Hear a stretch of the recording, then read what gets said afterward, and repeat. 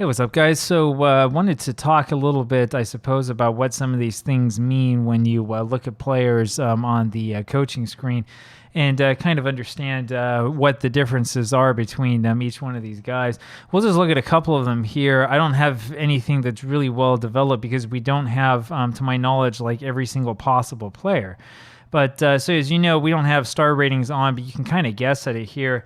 So when you take a look over here at say Nene Gnarizi here, what you can see is that he's listed as a star player who can still improve, right? And that's kind of the focus of this right here, right? It's like if you don't have any stars on, if you don't have attributes on and stuff, what clues can you get as to how good or how bad the player really is, right? Star players are kind of what you want. So when we look at the other foreigners, they're all star players who can still improve, right? So that's pretty easy to see. And then from there, it kind of darts off into all sorts of different directions. So Zhou Chiwei, this is probably the one of the worst ones you can get. The worst, I think, is surplus to requirements. Here he might not have the required ability or potential. Now, the question is, is it really worth holding on to him or not? We probably do want to get rid of him, but we need someone to play the position. He's 23 years old, which means that he could get better, but the idea behind this is that at least the coach thinks that he's not going to get much better. If we look instead at somebody like Lin Wencheng, who's 16, we get a young prospect way off first team level. So that's what you would get for a youngster who's kind of average, I guess, and who has the ability to improve in the future. You always want to look for could improve a lot in the future, stuff like that. In contrast, this is what got me thinking about this video. When I was looking at Feng Xiaochi, we have a guy who's a fringe player who can still improve. So this guy is 27 years old. What they're telling me here is that his talent level is a little bit higher than the guy that we just saw. And here you have Star CTP Premier League. We may actually here, as I'm thinking about this, we may actually go ahead and just put him back out there despite the fact that he doesn't like big matches because, I mean, he does have that ability to be a star, right? The other place you want to look, as I've just shown here, is at that current ability and then potential ability. I mean, if this guy's a star player in your league, that's pretty good.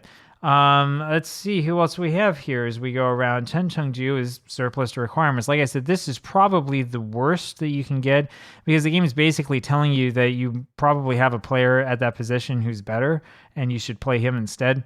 In fact, we could take a look. Yeah, so Kader Bamba is going to say star player. We don't want to look at him though as a center back. We want to look at this guy as a defensive midfielder where he would play. And I guess Kader Bamba could play there and could be better. Ling Guanda, in contrast, who's 20 years old, is an exciting young prospect. This is what you really want to see from young players, right?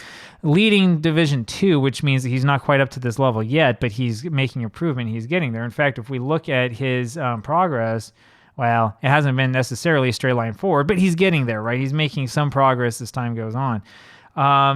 Let's see if we can find any other good examples, anything that's different. Yeah, young prospect way off first team level. We've seen that before. That doesn't necessarily mean it's a bad thing. And when you have a bunch of those, it's okay, but you don't want to have every player be like that. Fringe player in his prime years, again, when we look at Tsai Yuting, I think this guy's one of the best defenders in the entire country. Yeah, leading CTP Premier League, which is what you want. That's the sort of player that you want to have at every position, especially when you're in a league that restricts the number of foreigners you can bring in. You can see here Lai Bolun, the goaltender, would be a leading goaltender, and he also has these 25 caps. The only reason why he's not in the squad is because of this guy, Li Chaba, who shows up here as a star player, who still could improve a lot. Anyway, there you have it. You can go through all of the players in your squad and take a look at everybody and see who looks good and who doesn't. You can do the same thing here with your under 18s, and I just realized, of course, we have no under 18s players, so it's pretty crazy, but you'll see a lot of guys here who end up showing up as exciting prospect, young prospect way off levels, and so on and so forth. It's not really that informative, right? And whoops, here we go. And even the potential ability that's listed below is not that informative. It's basically as if this guy had potentially maybe 5-star potential, but you just don't know if he really has that or not. And so what you got to do is you got to kind of go through each guy and look at how he's doing and then eventually put guys on the first team and see what happens. The other place you can look if you really want to get a shortcut is you can come over to the development center, of course, to look at these young players and see what's going on. The unfortunate thing for us is that most of our young players are not really developing that well. But if you have a team that has really good training facilities and, really good coaches and, the money's actually flowing through and stuff, usually these progress progress bars will be moving up. And then you start getting guys over there on first team candidates who are guys who theoretically you can go ahead and pick off and put into your first team squad to help things out a bit.